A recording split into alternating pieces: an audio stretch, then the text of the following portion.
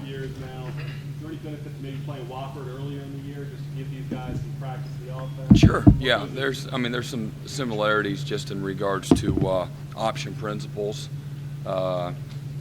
Structurally, there's a few things that are the same, and then a number of things that are different. But just from the discipline that it requires, and the pad level, and ability to stay on your feet, and again to play again with disciplined eyes, and just really playing a real option responsible technique. I mean, obviously there's a lot of carryover, and that was just a few weeks ago, whatever it was, a month.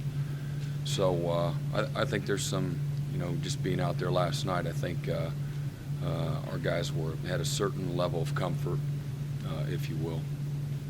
Dabo talked a lot about his disappointment with the way the defense played in the fourth quarter on Saturday. What are your thoughts on what happened in the last couple of series? Yeah, we just broke down fundamentally in discipline, and some guys trying to do too much. Saw some guys panicking, and they're throwing the ball 1 or 2 yards beyond the line of scrimmage, and they're turning it into 30 and 40-yard gains. We let the wheel route out, and because we're staring at the quarterback, and just some disappointing things that allowed them to creep back in the game. But an awesome opportunity to teach our guys and to coach them up, and after a win, making those kinds of mistakes. So really, that wheel route is the one that kind of opened up Pandora's box and kind of got us on our heels. So hadn't done really much, all day. But again, some of that, there's plenty to correct in the first 3 quarters as well.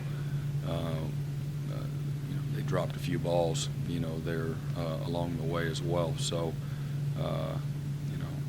they're a good football team, and showed us a few things we need to get better at. So, good learning opportunity. Coach, after your first run-in with Georgia Tech while you were here, I remember you walked up as we got ready to interview you, and you said, "Thank goodness that's over." Yeah. Is that the sort of frustrations that Paul Johnson can inspire? Yeah, this style of offense, it's because you recognize the margin for error isn't much at all.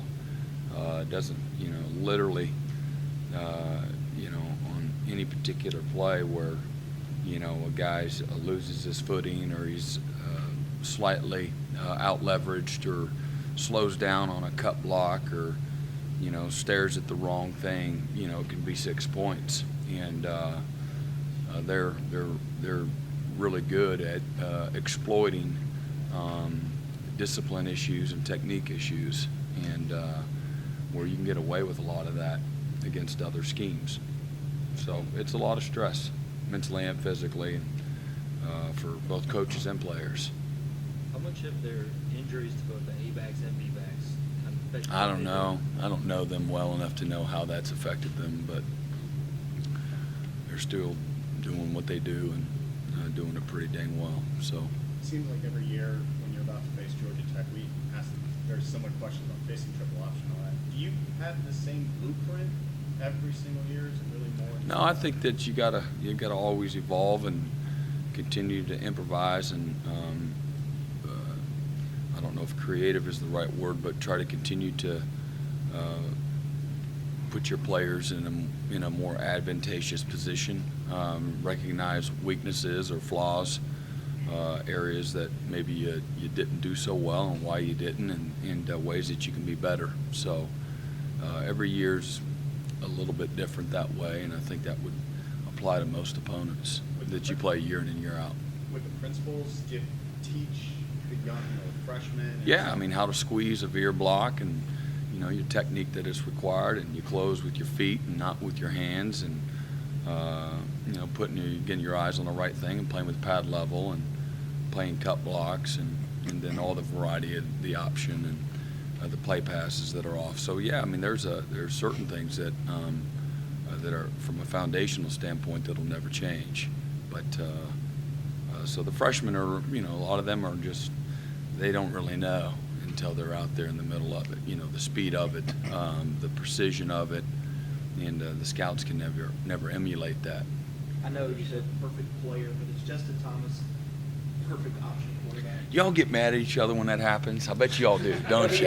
That was So- where I was going. We're an He was understanding fine. group. I think that's awesome. Why don't you all say something to each other? That was my Spice question, it up. David. Dude, would you give me my chance? You always, you talk over me, right? No.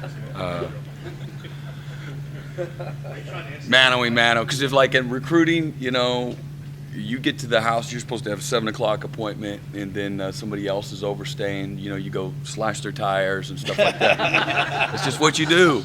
It's a dog-eat-dog world. No, I'm just kidding. But Do you ever zone out on question and imagine who would emerge from the octagon out of this big group? I would love to watch. It'd be fun. Orchestrate a football game. Don't underestimate the short guy.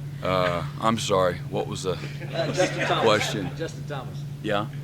Talk about his. A terrific player. Obviously, everything goes through him. He's very dynamic as both a runner and thrower. Great competitor, tremendous speed, makes good decisions. You know, you can't say enough good things about him. He's a terrific player. What does he do different? Where he seems to be more the guy that really run Paul Johnson's offense the best. Why has he been different? I think it's instinctually. First, it starts with that. You know, a feel of the game, feel of where the defender is and what a defense is doing, and whether to give it, whether to pull it. And it sounds easy enough if he's sitting, you know, pitch off him. But you know, sometimes it isn't what it appears to be. And he, from a feel standpoint, I think has a unique instinctual skill set, and so that's the biggest thing. And then he's got the speed to go along with it, and then he's got a cannon of an arm, you know, that can make a ton of throws. Coach, the defensive end skill set and what you've got to work with this year versus what you had last year in Beasley and Crawford seems to be totally different. Looks like the Dodd and Shaq are setting the edge on the run and really playing really tough and holding the own. Yeah. I mean, going against Georgia Tech, you know, with Beasley being a little bit lighter guy and playing that run, do you feel more confident with Shaq on that side? I mean, I like them both. So if you said, you know, you could have Beasley this 1 week, I'll take him too. Just because he's so quick. He can close and play a dive and play the quarterback. He can really disrupt, you know, the mesh point in a kind of freakish kind of way. So it's not like they're running, you know, the power. And downhill on Beasley when, you know, that you're playing that style of offense. So, you know, but Shaq's done real well. Yeah, I mean, those guys they're good athletes. Both he and Dodd, they're bigger, stronger guys that can still bend and move their feet and got good quickness to them. So,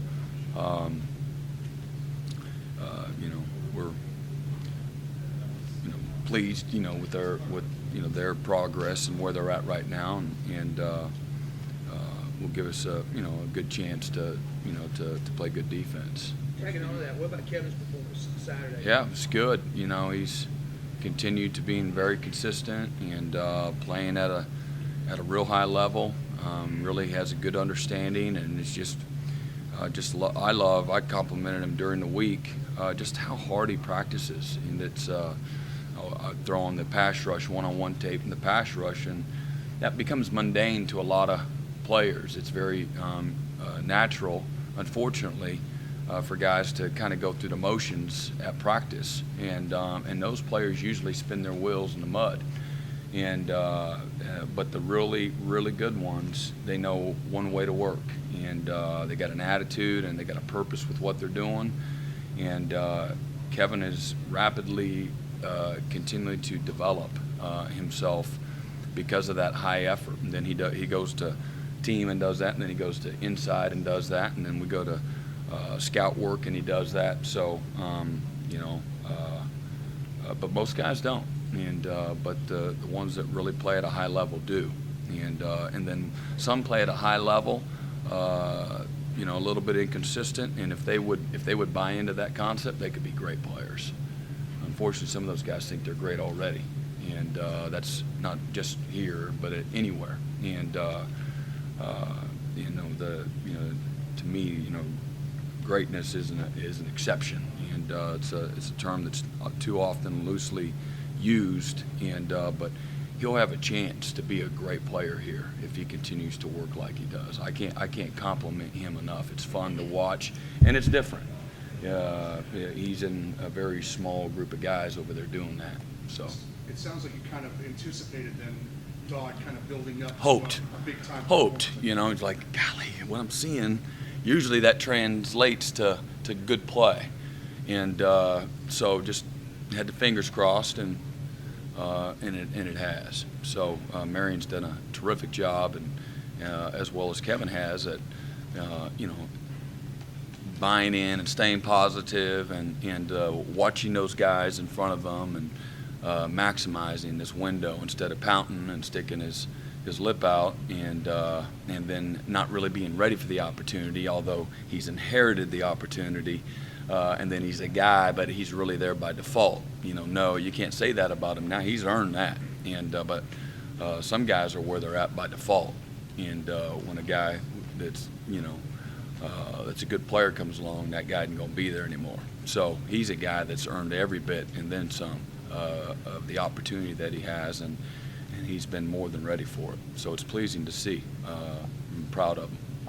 You guys have been able to really mangle the line of scrimmage with a second, third level. Against a team like this, you got to flow side to side. Do you kind of restrain that a little bit, or do you more so let guys? Well, I think there's different technique involved. You can't just spike the gaps. You know what I mean? You gotta have good force angles, and your footwork has got to be incredibly precise.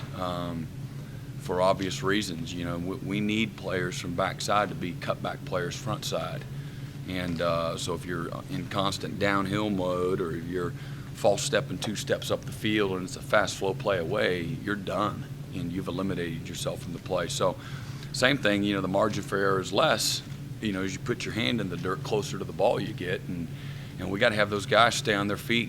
We've been blessed to have Grady and Deshaun and Josh, those guys inside.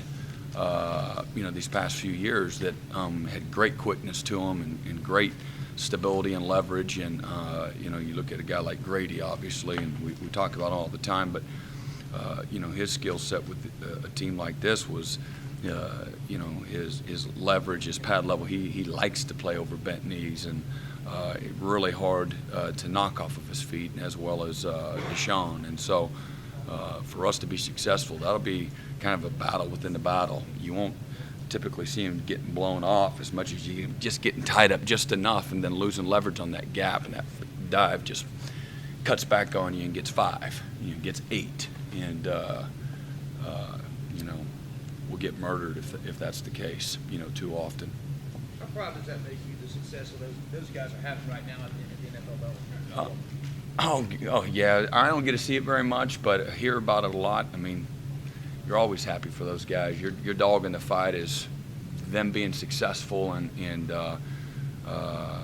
it's not necessarily gratifying or those types of things. You're proud of them because you know what that means to them, their careers, their future, their families, those types of things. So,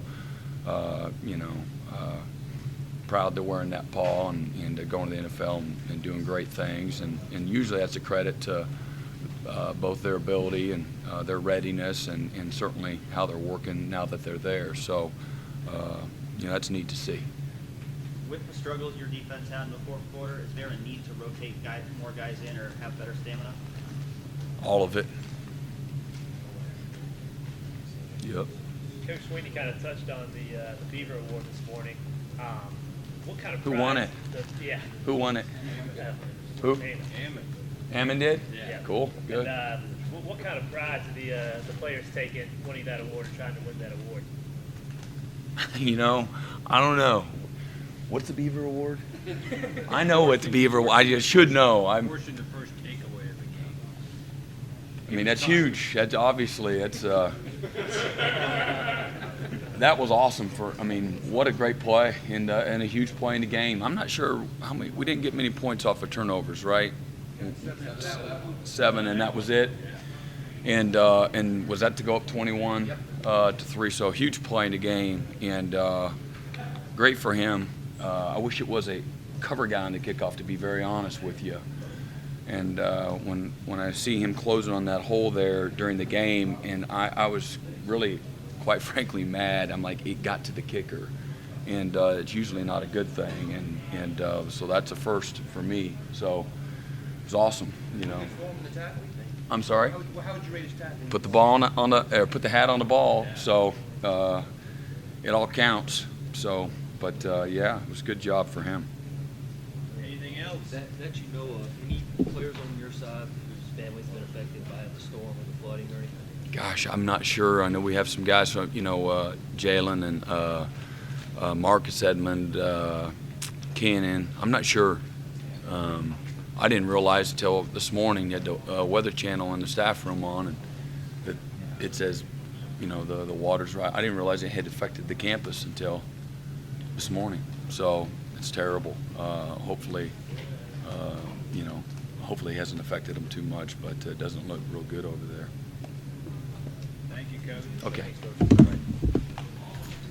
Coach.